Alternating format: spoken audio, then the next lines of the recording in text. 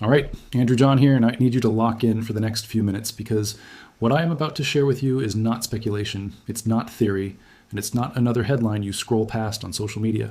On February 3rd, 2026, Walmart released their Q4 2025 earnings report, and buried in the supplemental data was a metric that should terrify anyone paying attention to the real economy.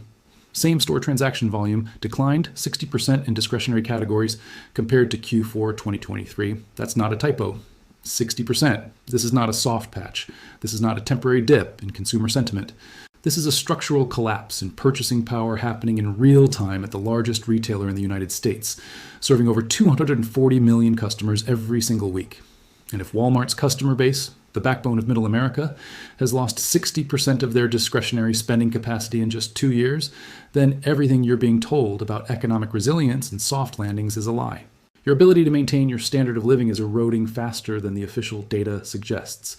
The inflation you experienced in 2022 and 2023 was not transitory. It was permanent wealth destruction. And the wage growth that supposedly offset it never materialized for the majority of households. What we're seeing in Walmart's data is the downstream effect of a multi-year squeeze on household balance sheets that has finally reached the breaking point.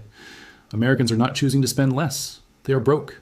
And when the consumer that drives 70% of GDP runs out of capacity to spend, the entire economic structure built on consumption, credit, and continuous growth collapses inward. This is not a crash. This is not panic. This is the data showing you what happens when decades of monetary expansion, wage stagnation, and cost of living inflation converge into a liquidity crisis at the household level. Over the next several minutes, I'm going to walk you through exactly what Walmart's earnings data reveals about the state of the American consumer, why this 60% decline is not an isolated data point, but a confirmation of systemic breakdown. And most critically, what this means for your financial position in an economy where the majority of participants can no longer afford to participate. By the end of this breakdown, you will understand why this is the most important economic signal of 2026, and you will have a clear framework for positioning yourself in an environment where consumer spending, the engine of everything, is seizing up. Before we get into the specifics of Walmart's report, you need to understand the foundational role that consumer spending plays in the United States economy. Roughly 68 to 70% of GDP is driven by personal consumption expenditures. That means the economy does not grow because businesses invest or because the government spends. It grows because households buy things: cars, homes, clothing, electronics, groceries, services, entertainment. When consumers stop spending, corporate revenues fall. When revenues fall, businesses cut costs. When costs get cut, workers lose jobs or hours. When workers lose income, they spend even less, and the cycle accelerates downward. This is not theory. This is the mechanism that has driven every major recession in modern history. Walmart is the largest private employer in the United States with over 1.6 million domestic employees. It operates over 4,600 stores across every state. It serves customers across every income bracket, but its core demographic is households earning between $35,000 and $75,000 per year. These are not wealthy consumers. These are working class and lower middle class families living paycheck to paycheck, managing tight budgets and making trade-offs every single week between necessities and discretionary purchases. When Walmart reports that discretionary transaction volume has dropped 60%, what they're telling you is that their core customer base has exhausted every buffer. The savings are gone. The credit lines are maxed. The extra income from stimulus programs has been spent, and now they are cutting back on everything except absolute essentials. This is not a choice. This is survival mode. Now let me break down what discretionary spending actually means and why a 60% collapse in this category is catastrophic. Discretionary spending refers to non-essential purchases, things like apparel, home goods, electronics, toys, sporting goods, entertainment products, and anything beyond food, medicine, and basic household supplies. These are the categories that get cut first when household budgets tighten, and they are also the categories that drive the majority of retail profit margins. Groceries operate on razor-thin margins, typically 1% to 3%. Discretionary goods operate on margins of 20% to 40%. When discretionary spending collapses, retailers lose their profitability even if total foot traffic remains stable. Walmart's data shows that people are still coming to the stores, but they're only buying what they absolutely need to survive. They're not buying new clothes, they're not upgrading electronics, they're not purchasing home improvement items. They're buying food, basic hygiene products, and generic medications. And they're trading down within those categories, switching from name brands to store brands, buying smaller package sizes, and eliminating anything that isn't critical. This is the behavioral signature of a population that has run out of financial flexibility. And here's what makes this even more significant. Walmart has spent the last decade investing billions of dollars in e-commerce infrastructure, curbside pickup, delivery services, and digital integration specifically to capture more discretionary spending from higher income households. They built an entire ecosystem designed to compete with Amazon and Target for middle class and upper middle class wallets. And despite all of that investment, discretionary volume is down 60%. That means it's not just Walmart's traditional low-income customer base that's broke. It's spreading upward into income brackets that were supposed to be insulated from this kind of stress. Let me give you the macro context because this does not happen in isolation. In January 2026, the Federal Reserve reported that total household debt in the United States exceeded $18.2 trillion. Credit card debt alone surpassed $1.3 trillion, an all-time high. The average credit card interest rate is now 24.7%, the highest level since the Federal Reserve started tracking this data in 1994. Auto loan delinquencies have hit 7.9%, the highest rate since 2010. And mortgage delinquencies are beginning to tick upward as adjustable rate mortgages reset at significantly higher interest rates. At the same time, real wage growth, wages adjusted for inflation, has been negative for 22 consecutive months. The Bureau of Labor Statistics reports that average hourly earnings increased 3.1% year over year, but the Consumer Price Index, even using the government's understated methodology, shows inflation running at 3.8%. That's a real wage decline of 0.7%. And if you use more accurate measures of inflation that include housing, energy, and food at their actual weighted impact, real wages are down closer to 4% to 5% annually. This is the squeeze. Incomes are flat or declining in real terms. Debt service costs are exploding because of higher interest rates. And the cost of essentials, rent, utilities, insurance, groceries, gasoline continues to rise. Households are being crushed from both sides. They're earning less in real terms and paying more for everything.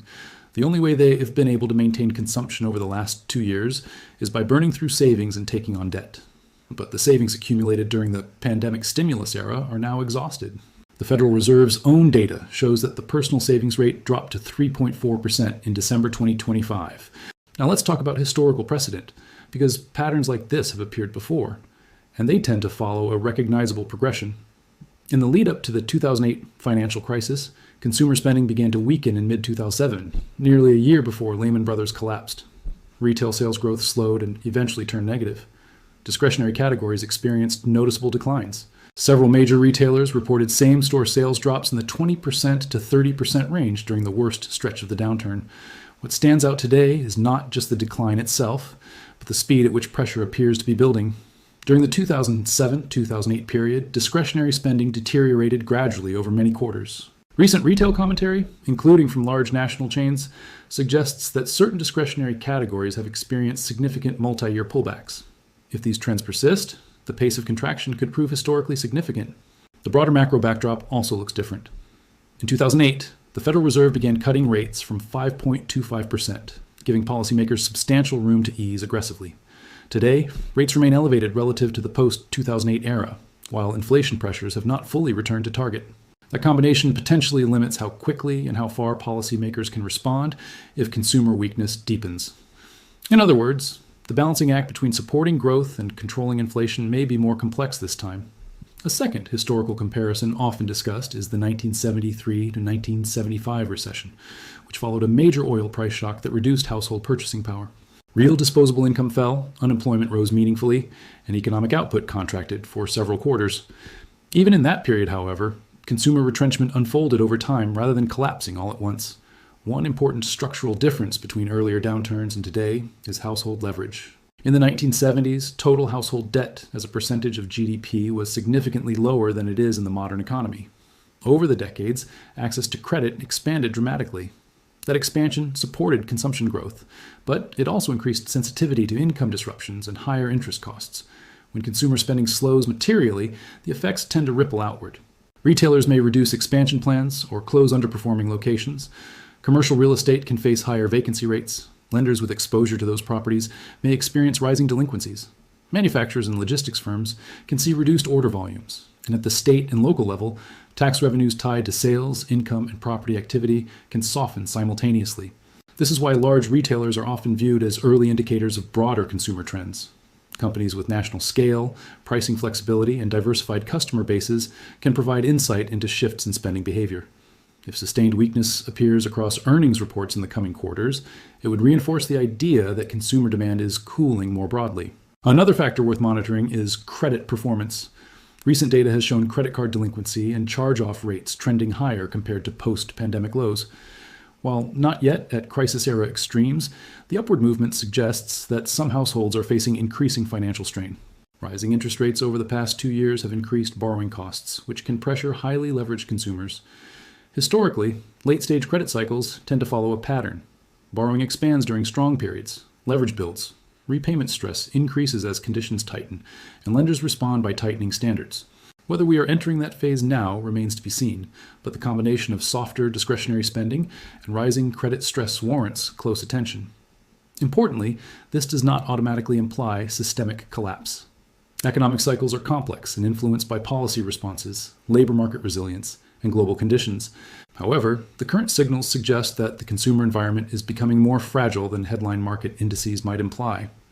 And over the next several quarters, earnings reports, employment data, and credit metrics will provide clearer confirmation of whether this is a temporary adjustment or the early stages of a broader slowdown.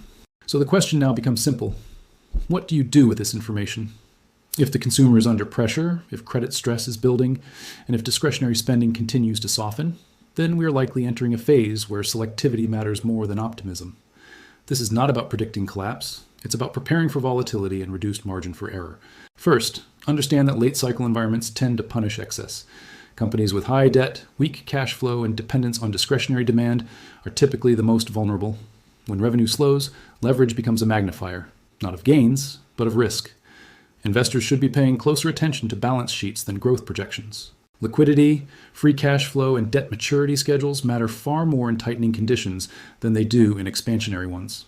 Second, households need to think defensively before markets force them to.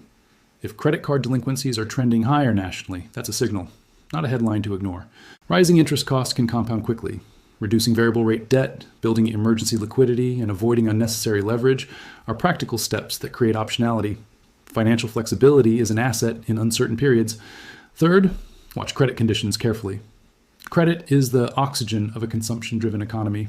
When lending standards tighten, growth typically slows with a lag. Pay attention to bank earnings calls, loan growth data, and commentary around underwriting standards. Those signals often appear before broader economic data shifts. Fourth, separate market performance from economic reality. Equity markets can remain resilient even as underlying fundamentals weaken, especially if investors anticipate future policy support. But over longer time frames, earnings ultimately drive valuations. If consumer demand slows materially, corporate earnings expectations may need to adjust. That repricing process can be gradual or sudden depending on sentiment. Fifth, diversification becomes more important during transitional cycles. Concentration works exceptionally well in strong bull markets. It becomes riskier when economic momentum is uncertain. Exposure across asset classes, sectors, and defensive categories can help smooth volatility. The objective is not to avoid all risk. It is to avoid catastrophic risk. Now let's address policy. If consumer weakness deepens, policymakers will face difficult trade-offs. Cutting rates too aggressively risks reigniting inflation pressures. Holding rates too high for too long risks amplifying economic slowdown. Fiscal responses may also face political constraints. The result could be a slower, more measured response than markets became accustomed to over the past decade. That means this cycle may not look identical to 2008, and it may not mirror the 1970s either. Every downturn has unique catalysts and constraints, but common threads exist.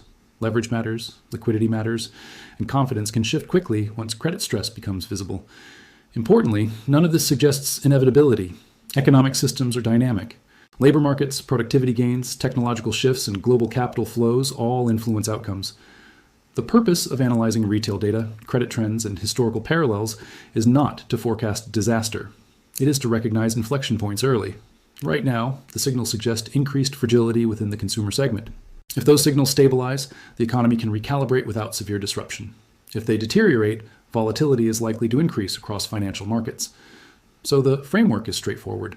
Strengthen balance sheets, preserve liquidity, prioritize resilience over speculation, monitor credit trends closely, and stay data-driven rather than emotion-driven. Markets move in cycles, excess builds slowly, and adjustment phases follow. Those who recognize the transition early are rarely the ones forced into reactive decisions later. Over the next several quarters, earnings reports, consumer data, and credit metrics will either confirm stabilization or confirm deeper stress. Until then, the smartest approach is not panic and not complacency. It is preparation.